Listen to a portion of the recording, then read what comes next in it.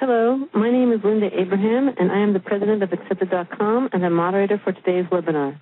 I want to welcome all of you to Ivy League Applications at Sparkle to be presented by Whitney Bruce. Since 1996, Whitney has served as Senior Assistant Director of Admissions for Washington University of St. Louis, as an application reader for the University of Michigan, and as Assistant Director of College Counseling for a private prep school in St. Louis, and as an independent college counselor. She brings enormous insight into the college application process and to our webinar today. Without further ado, Whitney Bruce and Ivy League Applications at Sparkle. Thank you so much, Linda, for joining me, and thank you to everyone who's listening tonight. My name is Whitney Bruce, and tonight we're going to discuss Ivy League admissions and other highly selective schools. The Ivy League, of course, is only an athletic conference. It's made up of 8 colleges on the East Coast. But to many of you, gaining admission and ultimately attending an Ivy League college or similarly selected university represents the culmination to a selective high school career and the embarkation on a stimulating and intellectually challenging college education. In order to better understand the concerns of those of you who are participating in tonight's webinar, I'd like you to raise your virtual hand if you are currently the parent of a high school student. That's it. Okay, so 5% of the people in attendance, 1 person as a parent. I'm going to lower the hands now. Okay. Can you raise your virtual hand if you are a high school senior who's currently in the midst or thinking about applying to college? 41% so far. One more minute. I think that was the high point. Okay. Wonderful. 41% are seniors. And maybe another 30% haven't found the hand yet, but go ahead. Okay, and I'm going to ask if the rest of you are younger high school students, if you're juniors or sophomores who are feeling quite proactive about your college applications. Again, 5%. So some people haven't figured out how to raise the hand or just being quiet. All right. When I say you, much of my talk tonight is directed at you, the high school senior who is applying to college and getting ready to embark on this wonderful experience and 4 years of pursuing an undergraduate degree. But obviously the advice is pertinent to a whole wider group of people who are listening. At the end of tonight's presentation, I am happy to take questions, and you're more than encouraged to stick around to ask the questions and allow me to address your specific concerns. How tough is it? We probably don't even need to ask this question. It's tough to get into these colleges, and the odds of getting in are stacked against you no matter what your credentials are. I was talking with another college counselor the other night about this topic, and I said that short of being a class valedictorian with an Olympic gold medal, I'd be hesitant to name any student as a real lock at an Ivy League school. And she countered that even then, an applicant could come up when the reader was having a bad day and not be particularly impressive.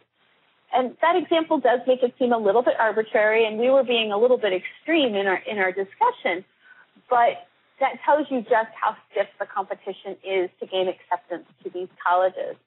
Each one of these super selective colleges has far more applicants that present almost perfect academic credentials than they could possibly admit. You've probably heard that Harvard could take out every student that they've admitted, fill the entire class with students who have perfect 2400s on their SAT scores, and still have students left over. And that's probably pretty realistic. For the class that entered this month, Harvard admitted only 6.9% of their applicants.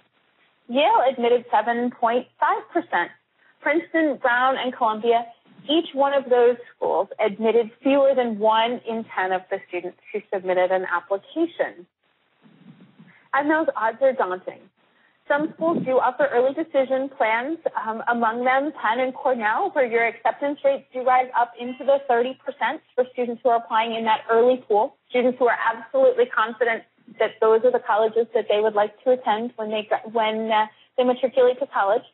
Harvard and Princeton recently discontinued their early action program, and so now they look at every single one of their applicants in the same pool beginning in December and offer an admissions decision in April. And again, it was a pretty small group that were admitted. If you look beyond the athletic conference of the Ivy League, you'll find that the rates are similar for Stanford, for MIT, for Duke, for other top-notch schools. The acceptance rates are very, very small. Why is it so tough? Obviously, it's because lots of students apply and there are very few seats in the freshman class, right? That's very true. The Common Application makes it really easy to apply to college. You write one application, you write one major essay, you fill in some supplemental stuff, and you submit it all online. It used to be that colleges would seek out challenging and really difficult essay questions, and they would try to be very distinctive in them. And it was really interesting, and it took a lot of time on the part of students. When I was a reader at Washington University, frequently I remember reading and enjoying, actually, students' essays for Penn, because Penn at that point asked students to submit page 213 of their 300-page autobiography, and they were absolutely fascinating. But we knew that those students had written, that particular essay, and it was completely fine. But now it's easier. You write one essay, the topics are broad-ranging, and you can submit it to multiple schools. Out of the students in the group, which is most of you, I'd like to ask you to raise your virtual hand if you are planning on applying early decision or early action to a college. Okay. How many of you are planning on applying to between 4 and 7 colleges? Between 7 and 10 schools? And those of you who are planning on applying to more than 10 colleges this year? And let's look at your worst case scenario. If you're not admitted to your early decision school, how many are you planning on applying to? More students right now, in part because of the ease of the Common Application, are currently applying to more colleges.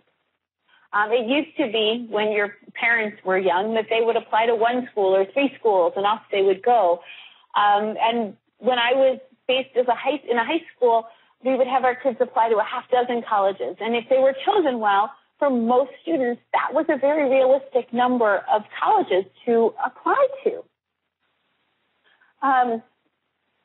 But that's really changed. And now it is not uncommon to see students applying to 10 schools, 11 schools, 12 schools, 15 colleges. And ultimately, each student can only occupy 1 seat the following fall. So it's very much this arms race that has escalated into the idea that if they're throwing a dart at that many schools, I need to do so too in order to enhance my chances of getting in. The depth of financial support at these super selective colleges is absolutely astonishing, and that's part of what makes it so tough.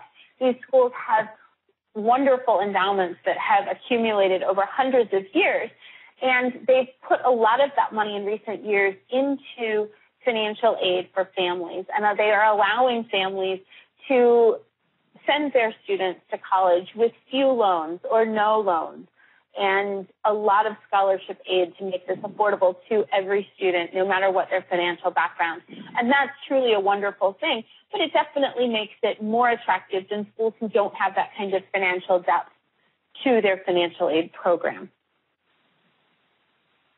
And finally, there's the idea that if you have an Ivy League degree, it's going to equate with future success. There is no denying that you can put that window sticker on the back of your mom's minivan or the family station wagon, and you can feel really proud of what you've done, and people are going to look at that and say, wow, that's a smart kid. That student's been very successful. And when you get onto campus as a freshman at one of these colleges, you're going to find that your peers are equally successful. And down the road, that's going to mean that you're connected with people who do go on to change the world. That they are the people who are going to be leaders in business and in industry and in academia and in community service and running foundations and doing all sorts of things to make a real impact on our country and on the world as a whole. So it is a great group of peers that you're around, and it is a wonderful degree to list on your resume, and it may in fact open doors as you proceed through life. Is it worth it? That is a question to ask as you think about these colleges, because there are reasons that they might not be the right fit for you. They don't always offer the degree program that you're looking for. It is not really possible to study business at Princeton, architecture at Harvard, or nursing at Yale.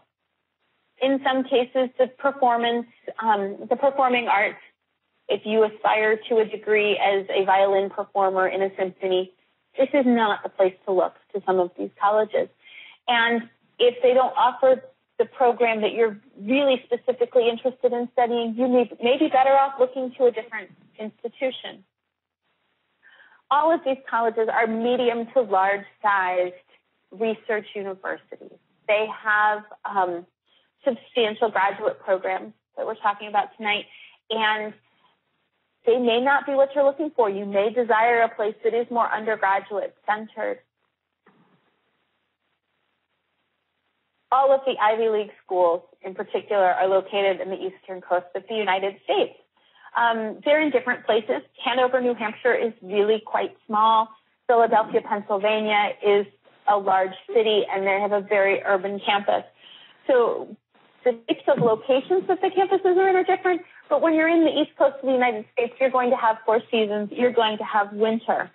I recall a friend of mine who had applied to Cornell, and he was thrilled when he got in, and he was more thrilled when his best friend got in, and they decided they were going to go off to Cornell, and they were going to study engineering, and they were going to room together as freshmen. This was a while back, and Cornell had more flexibility in where freshmen live than they do right now. But they went off to do this. They selected a dorm. They said their first choice was this great dorm. It overlooked the golf course. It was wonderful. And what they neglected to think about at the time, which was May, when they were filling out these forms, was that, it's Ithaca, and it's cold and snowy for 7-8 months of the year. And the engineering quad was a full 15-minute walk from the dorm overlooking the golf course. It's something to consider as you make your college choices. If weather or climate or distance from home is important to you, then you really want to consider that within the context of the schools that you are applying to. And as we touched on before, when we talked about the future success that might come from having an Ivy League or really recognizable college name on your resume, the students that you're going to be in the company of are very accomplished students. Most students who are applying to these colleges have been the big fish in a small pond in their high schools. You've been the one who has accomplished a lot. You've led the teams. You've been the president. You've achieved high levels of academic success in your high school. You move on to these kind of colleges, and you're going to be one of many fish in this pond of very accomplished graduate students and undergraduate students and all sorts of people. Do you want that? Or do you want to continue to be the big fish in those small ponds? That's not a choice I can make for you. It's just something I would encourage you to think about. All of these top colleges are not one size fits all. They're extremely different. You walk onto their campuses and you'll know it immediately. Is this a place for me? And it's really important to think about that beyond U.S. News and World Report ranking or the fantastic quotes in the guidebook or anything else. To really think about if this is the place for you, because you're ultimately going to have a happier and more successful college career in a place where you're truly comfortable. So we've talked about reasons you might be interested in these colleges and reasons you might look at some of them and not at others, or a whole different group of schools altogether. But what I'd like you to talk about now is how you're going to differentiate yourself from the pack of students who are applying, from the 30,000 odd students in some cases that are also submitting applications to these colleges. When colleges look at your application for admission, they're looking first and foremost at your academics. They're also looking at your extracurricular endeavors. They're looking at the essays that you've written, and I'm sure some of you are agonizing over that at this point. In some cases, they'll offer you an interview, most of them by alumni in your local area. And they'll look at the recommendations that you submit from your teachers and from your guidance counselor, in some cases from research preceptors or music teachers or other people who know you well. I'd like to talk a little bit about the academic profile that you'll submit with your application. It is, first and foremost, the most important part of what you're submitting. The other part of it is, of course, that by fall of your senior year, you've pretty much completed your academic profile that's going to be submitted to your colleges. it is important that you continue to take tough classes, that you continue to achieve good grades, and that you work hard in those classes. The senior slide isn't something I would recommend. It's also important for most of you that you consider taking one more round of SAT or ACT tests this fall. There are a couple of dates remaining. And give yourself a chance to raise your scores one more time. If you are a student who's taken the test once or taken the test twice, you might have something to gain from testing again. If you're a student who's taken the test 10 times or 12 times, I wouldn't recommend it because the research has really shown that after several testings, you're unlikely to increase your score without significant work on your part. And you're the only one who knows whether you've actually done the significant work that would raise your score. But it can be helpful to have that score as high as it possibly can be, and you're looking at your SATs, your ACTs, or your SAT-2 exam. When you talk about your extracurricular activities, this might be where you hear the term hook. And it's often talked about in college admissions, and people will talk about what the student's hook was. What was it that pulled that student into the admissions committee and made them a part of the class? And you have well-rounded students, and you have angular students, or as Harvard likes to call them, well-lopsided students. The well-rounded student is something that we're all pretty familiar with. You're a student who's gone out, you've tried a lot of things, you have some breadth and some depth to your extracurricular profile. You've got some leadership or some awards or some distinctions at the regional, state, national level. But really, you've been involved in a lot. The angular student is the person who's the Olympic gold medalist, the person who has achieved a lot in a particular area, and their dedication to that area might mean that they have fewer other activities. If you are a top-notch athlete, your sport might have taken you upwards of 20 or 30 hours a week. If you've been pursuing scientific research on the side, you'll find the same thing, that you have that particular success that you've achieved has come at a cost, and that you might not be part of 16 clubs in your high school. And so when you start to think about your extracurricular profile, particularly if you are an angular student, if you are well lopsided, that is your hook. And you might want to spend time in your essays and in the way you portray your activities on the Common Application, making sure that the depth of your commitment and the success that you've achieved in that area is really visible to the admissions committee. Who are you? That's really the question that these colleges are asking you when they want you to write an essay. As members of the Common Application, they're asking you to start with an essay that is really broad. You can write pretty much anything, and you can tailor it to one of those 5 essay choices. One of the topics, of course, is topic of your choice. So it's really important to think at this point about what you'd like these colleges to know and how you're going to get them to know that about you. What kind of experience or story can you tell that's going to share the information that you'd like them to know, the conclusion that you'd like them to draw? Do bear in mind that you don't need to beat your reader over the head with the lesson that you'd like them to take away. In most cases, in many cases, the readers of your applications are graduates of the college to which you are applying or a similarly selected school. They're a pretty bright bunch of people. So it's important to tell a great story and to let them know who you are and to be authentic and to be 17 or 18 or however old you are when you're submitting this application, and to go ahead and do that. Your essay will take multiple drafts. It'll take proofreading. If you're funny, go ahead and be funny. If you're not funny, this is not the place to try that out. To write a really powerful essay, go ahead and let it reflect you. Don't let it reflect your mom, your high school teacher, me, a thesaurus, your SAT flashcards. The latter two are particularly easy for admissions counselors to find, and you've missed an opportunity to sell yourself. Does that alone sink your application? No, but it doesn't allow you to use it to push yourself into that admit pool, and you've missed a chance. I was talking with a colleague recently, and we were discussing one of her students who had used some rather colorful and impassioned language in an essay he had written discussing Rwanda. And my friend wasn't particularly sure that she liked the language he'd used.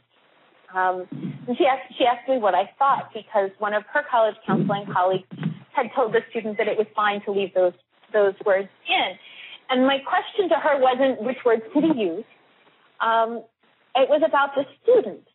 Did the essay about Rwanda come from, I need a topic of international concern to share in my essay, so I picked up the newspaper today and there it was. Or did this come from something else that you're going to find in that student's application?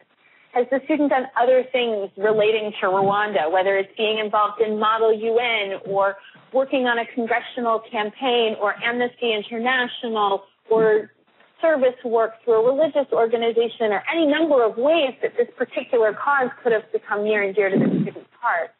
And she told me that, in fact, it was the latter, that this student truly cared about this cause. And I said, if that's the case, then what you've got is an authentic voice coming through. You've got a student who feels so strongly about this that he feels compelled to swear in his college ethics.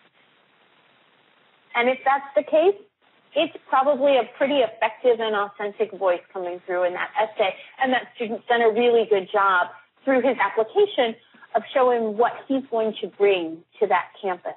Between the extracurricular activities and the essay, they combine to give a real dynamic student and a really wonderful profile of somebody who will contribute when they walk onto a college campus. The admissions committee is also asking how you will contribute to the life of the college. And one of the ways they find this out are often through your counselors and your teacher recommendations. And it's really a great opportunity for you to share different sides of yourself. The role of your counselor recommendation is to place you in the context of your high school. Is your high school large or small? Are many of the students going on to four-year colleges?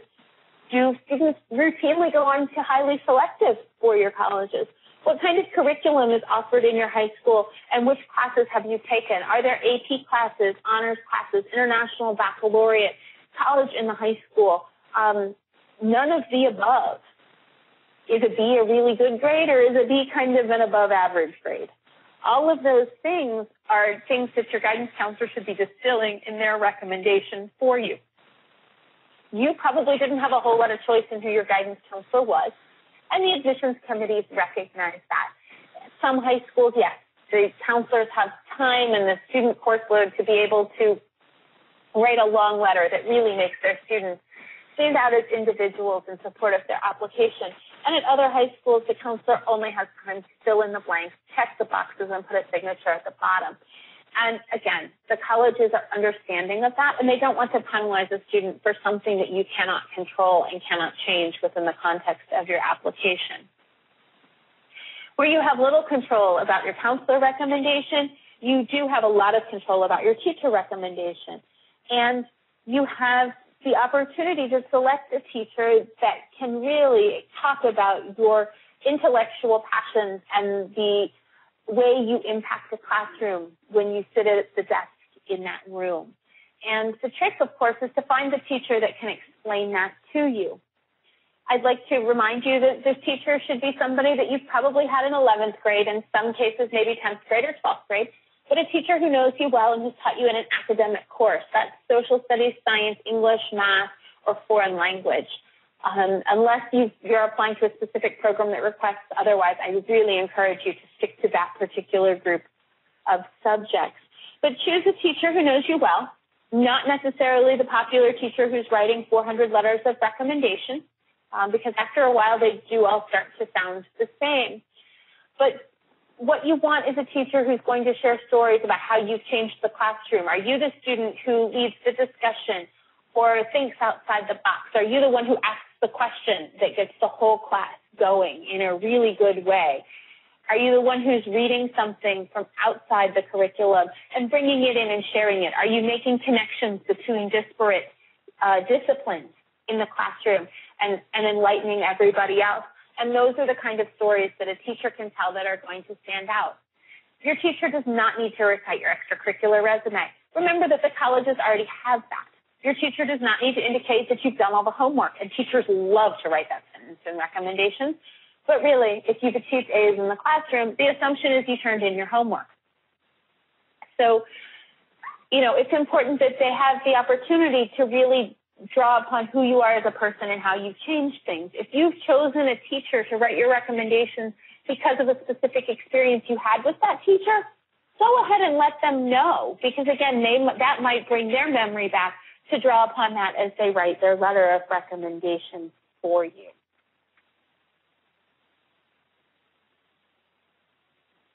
You may have the opportunity to have an interview, and a number of colleges offer it. Like we talked about before, the interviews are often with local alumni in your area, and your interview is a great opportunity for you to share your enthusiasm for the college that you are applying to.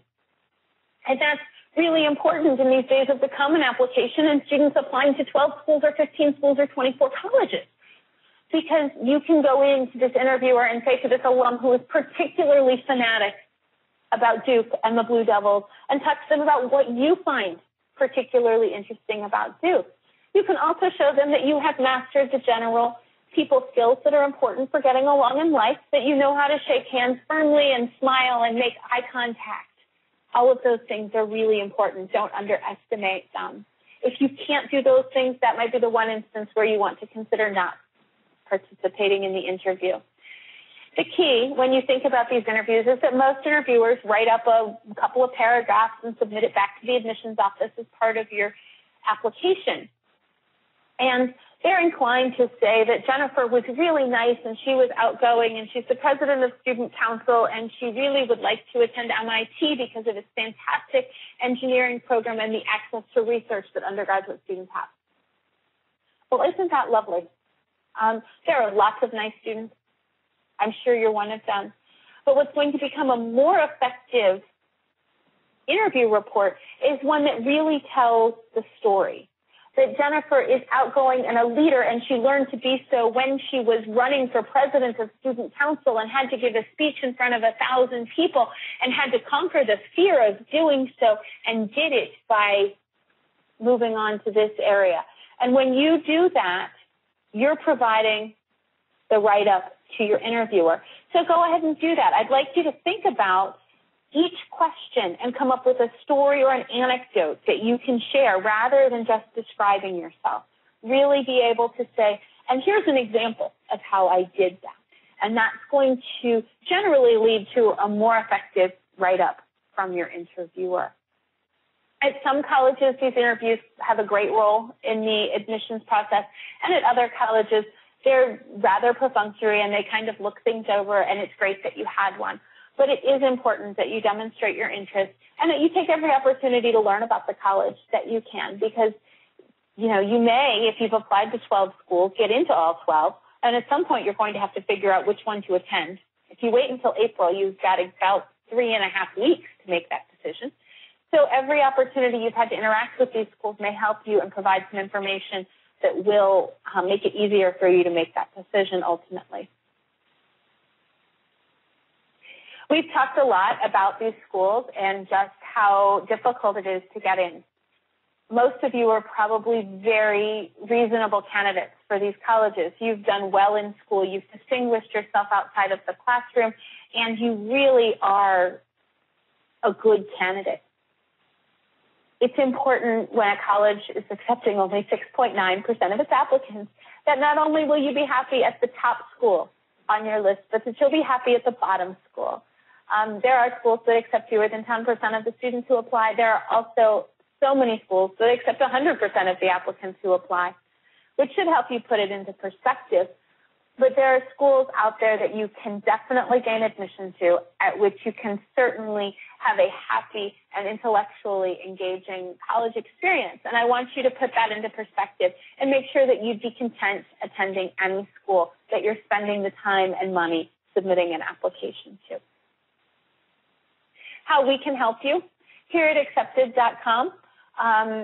I can help you with any kind of advice you need as you complete your college applications. I've sat down with students and with technology, we've gone through their common application blank by blank to make sure that they're presenting themselves in the best possible light and providing the correct information to the admissions committee.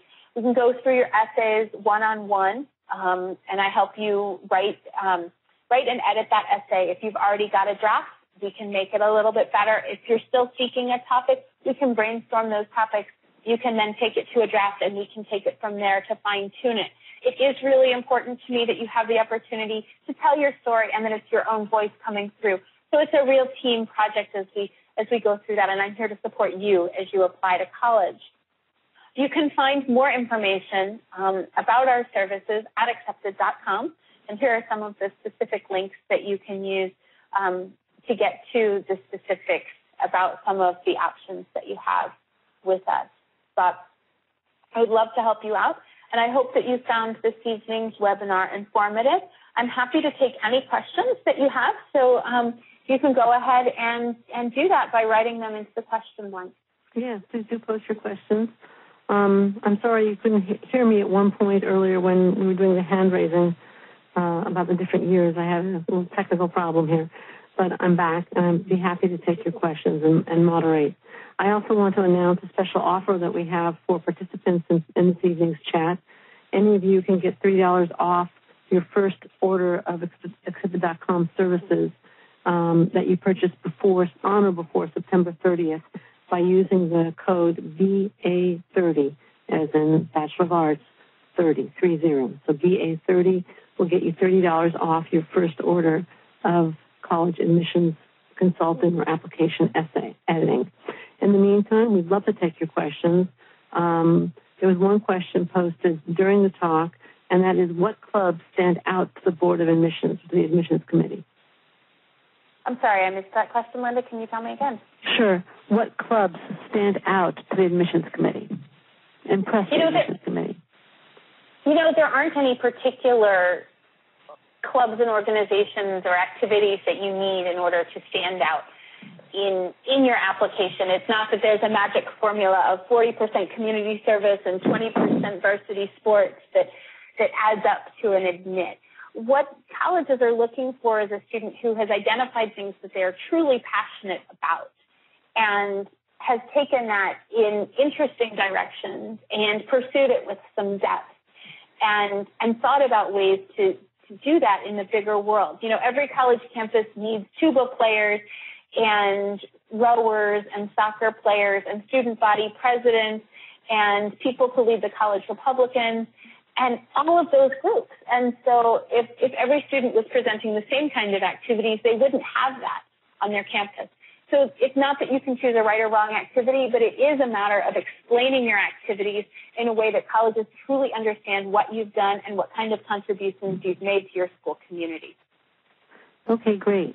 We also have a question here from Edward. He asks, which part of our application carries the most weight in the decision-making process? Far and away, it is your academic record. And that's comprised of your transcript, which is not only the grades that you've received, but the classes that you've taken, your class rank, if your high school does offer a rank or any sort of breakdown about that, and your test scores, SAT, SAT2, and or ACT. And colleges, especially these colleges, make a real effort to review you within the context of your high school. So they do want to look at your high school and understand what's offered there. If you're at a school where students don't get A's, there's somebody on the admissions committee that knows that. There are 14 AP classes offered, and students can take a maximum of 3 in a year, and this student took 3 in 11th grade and 3 in 12th grade. That's the most rigorous curriculum you can take in this school. If your high school doesn't offer those kind of classes, you're not going to be penalized for not having access to them. You can make yourself stand out if you've gone and sought those kind of experiences in other ways. Have you looked for a summer program? Have you taken community college classes? Are you taking something online? All of those are ways that you can enhance your application, but they're not expecting that you can make calculus materialize when it's not taught in your high school. So they're really looking at you within the context of what's going on, but they are looking for high levels of achievement and intellectual passion that's demonstrated within that academic achievement at your high school. Great. Vincent asks, as a preface, he states, I am a prospective electrical engineer, and my recommenders are math and Spanish teachers. Would you recommend that I take subject tests in Spanish or in a science because it is related to my major? And then he adds, I already took one in math. Okay. I think the math is important, and I think you'll find some colleges that will require that you've taken a math SAT-2 exam, so you're in good shape in that way. Beyond that, the subject test isn't as important as the fact that you've probably taken some science classes in your high school. So they're going to be looking as a prospective engineer that you're strong in the sciences, that you've taken preferably 4 years of science and 4 years of math, if that's available to you in your high school. You want to take the subject tests that you will do best at. If you have a test date available this fall and you finished physics last spring and you're feeling pretty good about it, maybe you go in and take the physics subject test. The beauty of score choice, which is a very new change for the College Board, is that you can look at your scores and decide which ones to submit. So you'll want to submit the best scores that you have. Regardless, if the college specifically says they want science, then submit science. If not, take them at their word and submit your best scores. Okay, great. Thanks. Saral asks, should the personal essay on the Common App tell a story about yourself, or should it tell about your accomplishments? Well, it's an opportunity to talk about yourself, and sometimes that includes your accomplishments, but you want to make sure that you're not simply reiterating the accomplishments that you've listed in the activities section of the Common Application. So you want to share something new, and it may be how a particular activity has impacted you, or it may be more details about a particular activity that sheds light on who you are. But the key is not to repeat the information because you have such limited space, and honestly, you have such limited attention from the admissions committee that you really have to be able to sell yourself in, and it sounds horrible when I'm going to say this, because you guys spend hours on these applications, and you lose sleep on these applications. And the admissions committee can read this application, each reader in less than a half an hour, and move on. And so you need to take advantage of every opportunity to share a different facet of your experiences rather than continually listing things that they've already heard. Oh, great. Would it be, if you wanted to discuss an accomplishment with perhaps motivation, be another possible angle that could be discussed in an essay that obviously is not revealed in an activity history or something like that? Then that's the perfect opportunity to do that. Because, again, what you're telling them is about your motivation. You're not simply telling them about the community service project that you participated in. Right. Okay. Shruti asks, how is leadership for student-initiated groups viewed compared to leadership of a common existing organization like student government or Key Club, which is given more weight? I don't think that you can say that one is given more weight than another, but I think that the admissions committee can be swayed by students who have thought outside the box and have pursued something that isn't pre-laid out for them, because, again, you're showing additional initiative in doing so. So you need students who do both kind of things on your college campus, and if you're the mover and the shaker that has gone out on a limb and started something new, then you really need to play that up and talk about the successes that you've had and the ways you've gone about doing that, because that demonstrates what kind of impact you are going to make on a college campus. Okay, great. Thank you. Sharice asks, do your SAT scores strongly determine if you will gain acceptance to an Ivy League school? And then there's a follow-up question. Actually, why don't you just answer that question first, then we'll go to the follow-up. SAT scores are clearly important. All of these colleges have the opportunity to make their SAT scores optional if they want to, and thus far, none of the colleges that we're really talking around tonight have done that. There are a number of schools who have. So, yes, they say we want to see your SAT scores, and we're going to evaluate them as part of your academic profile. And obviously, when you look at the profile of SAT scores from these schools, students are submitting top-notch scores. In many cases, the student's SAT score simply reflects what they've already achieved in the classroom. So if you are a top student in your class and you are submitting a 2200, 2300 SAT score, your SAT score isn't giving any new information. It's simply saying, yeah, I'm a top student in my class. I've done really well. And that's a good thing, and that's great for students who have those scores. When you are a student whose scores are on the outside of that range that's sort of considered acceptable at these colleges, you've got a little bit of a mountain to climb. But the colleges are going to be looking at what is going on. If you are a student who's coming from a small school or a rural school or an area where students aren't generally going on to four-year colleges, the test profile of students is generally different. And that's something that they specifically ask on the counselor recommendation form, what the average test score from your high school is. So it gives them some sense of what's going on within your school. And if something happened, if there's something that really impacted your test scores, you can write about that. In particular, the Harvard application says, if there's anything we don't know, tell us. This might be an opportunity for you to explain that. You need to do it in a careful way and in a not whiny kind of way.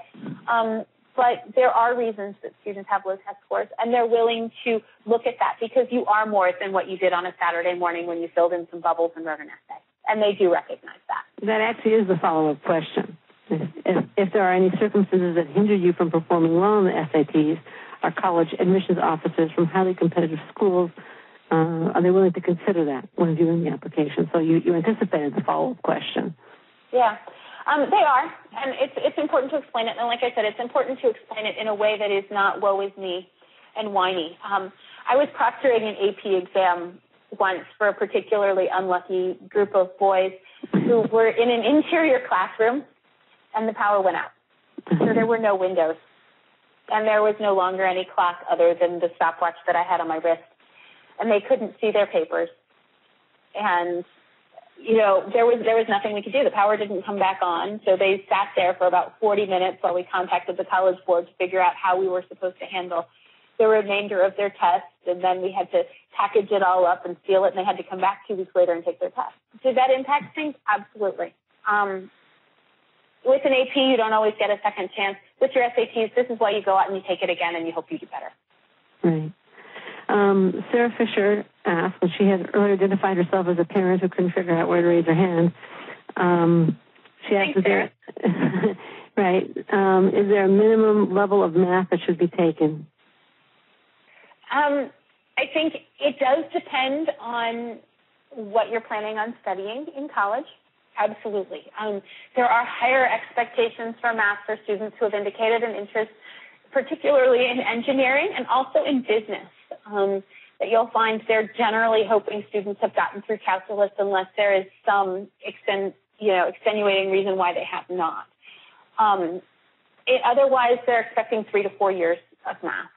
And, to do well on your SATs, you really need to get to trigonometry too. So, a strong college preparatory curriculum. And if you choose statistics instead of calculus in your senior year, unless you're looking at engineering, that's probably okay. Okay. I'm sure I'm mispronouncing the name. I apologize. Aluamibi asks if we have an extremely large class size, like 1,000 kids, will our rank be considered with greater attention in our application? Class rank is something that is very tricky.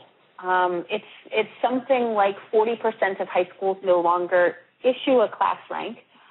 When you're in a class of 1,000 or 1,200 students, obviously the difference between you at number 2 and the guy at number 4 is probably 0.001. So it's coming down to, the day you got a question right on the history test that he didn't.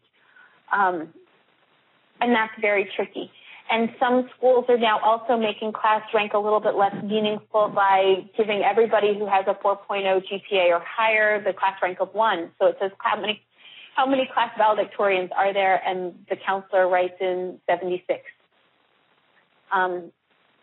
So it's all within context, and the admissions officers really try hard to understand exactly what that context means. Is your class rank weighted?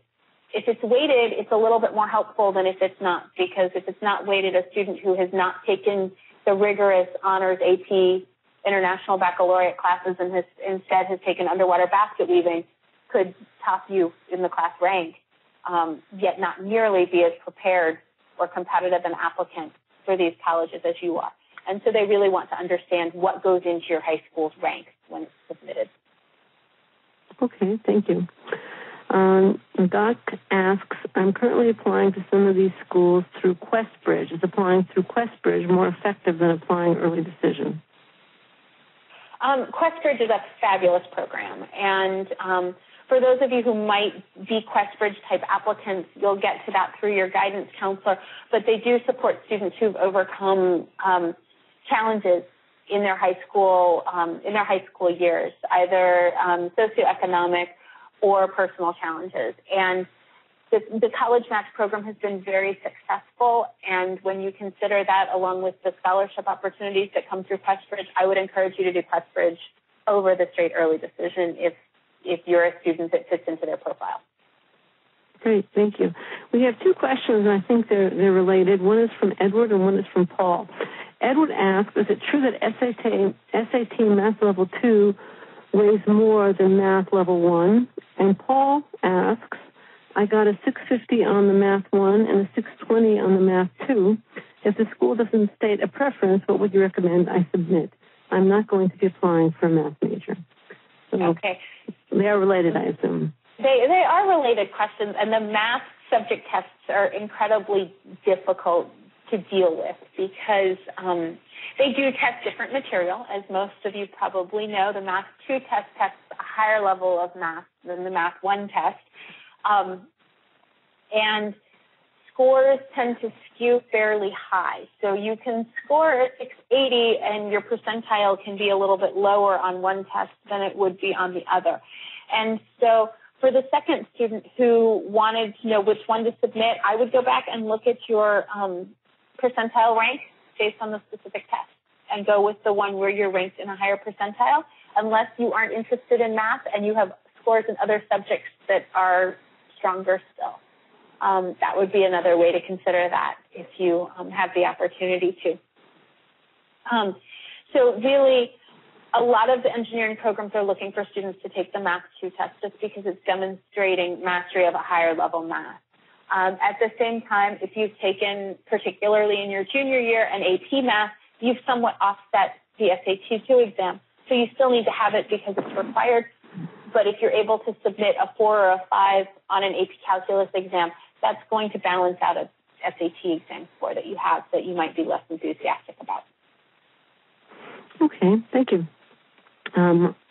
Aluamidi asks if we've made mistakes in our freshman year of the academic kind, but achieved perfect grades with 5 APs later, how do you reconcile the disparities?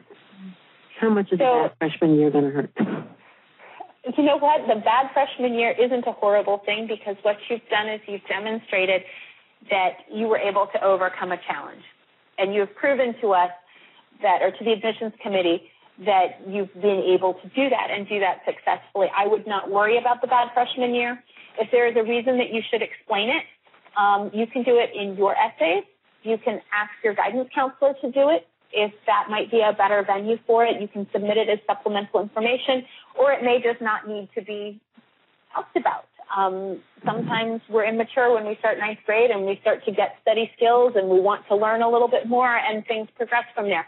The upward trend is so much easier to deal with than a downward trend or a roller coaster trend or anything else. So you're probably in very good shape for having come so far and being able to present a really strong senior profile. The opposite is really detrimental. If your grades are falling, if you took your AP classes in 11th grade and aren't taking any in 12th grade and there are some available, those are the kind of students who are going to have difficulties with the admissions committee because of that kind of thing. If you are a student who had difficulty at the end of your junior year, you got mono, and you were out of school for a month and a half, or you had a family crisis that impacted your academic performance. And those kind of things, if they happened at the end of 11th grade and they impacted your academic performance, that's actually the kind of student I would not encourage to apply early decision because The fall grades of your senior year become more important as colleges want to see how you have come back from that setback. Have you put it behind you? Have you moved on, and are you achieving at a high level? And with an early action, early decision candidate, they're not going to be able to see those first semester grades that can make you more compelling. So you're actually a student who might be more compelling in February than you are in November. Great. Thank you very much.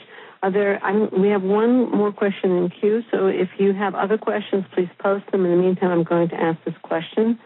Nagok asks, if I'm a student who came to the United States from Vietnam at around 8, should I mention this and also talk about how it may affect my SAT and ACT scores? Okay. If you are a student who speaks a second language at home, if English is not your first language and perhaps is not the first language of your school instruction, if your SAT score is less than a 650 on the verbal section, you should plan to take the TOEFL. Even if you feel that you have overcome any language kind of barriers, it's helpful for the colleges to put it into perspective. If your background and your time in Vietnam has impacted who you are and the way you see your world, then this is a wonderful opportunity to talk about that in the essay questions. There are essay questions that talk about diversity from a number of different schools. So you can bring in your background and discuss it in the way you relate to the world. And maybe that is in learning a second language as you've gone through your academic performance. So there are all sorts of ways to address, anything that you want to within the context of that, and this is a perfect opportunity to do that. Do you think there would be a problem, Whitney, in somebody focusing on a part of his life from before age 8? Or do you think it's necessary to maybe bring that experience forward, or how do you feel about that?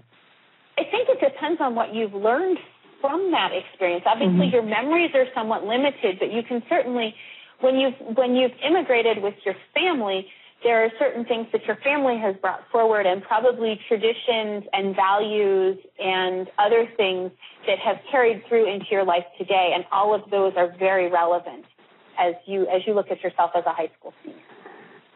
Okay. Shruti asks, is it true that the pool of students that apply early decision is actually stronger than the regular pool, and these students better match the college they're applying to and therefore get accepted?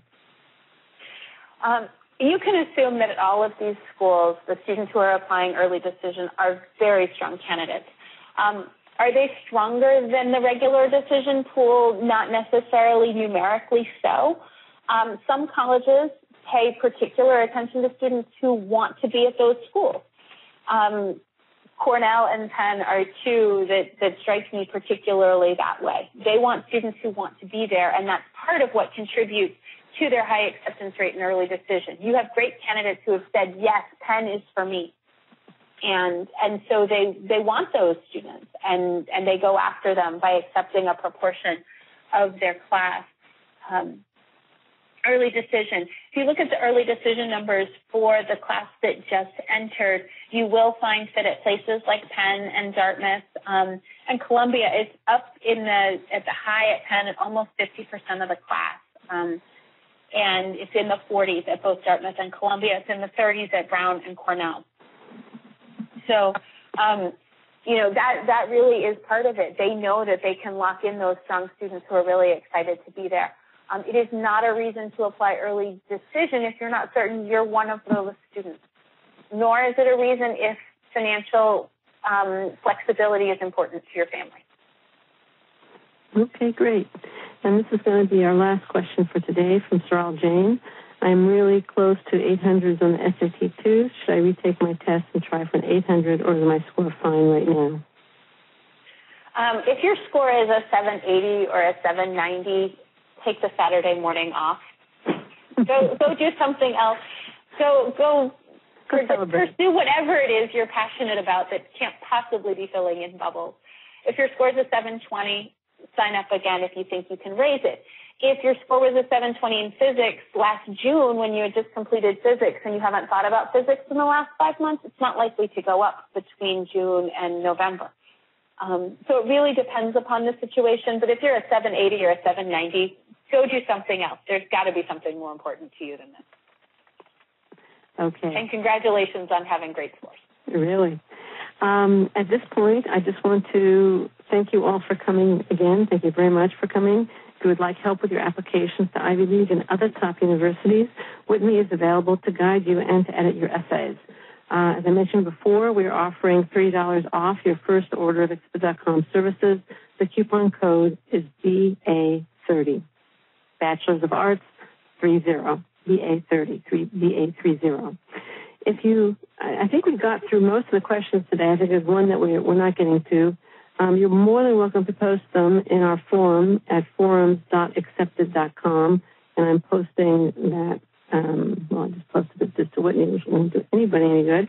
I'll post it to all of you, and forums.accepted.com, and you can go there and ask questions, and Whitney or I will respond. And so it's another option for you. And finally, we very much value feedback and your opinion. Several of you have thanked us for especially Whitney for the event today. She's done most of the heavy lifting and the work here. You will also receive a survey on the way out. We would really, really appreciate it if you could just give us your feedback and let us know what you thought of the event. So thank you again. Have a very good evening and good luck with your applications. Take care. Good night. Thanks. Good luck.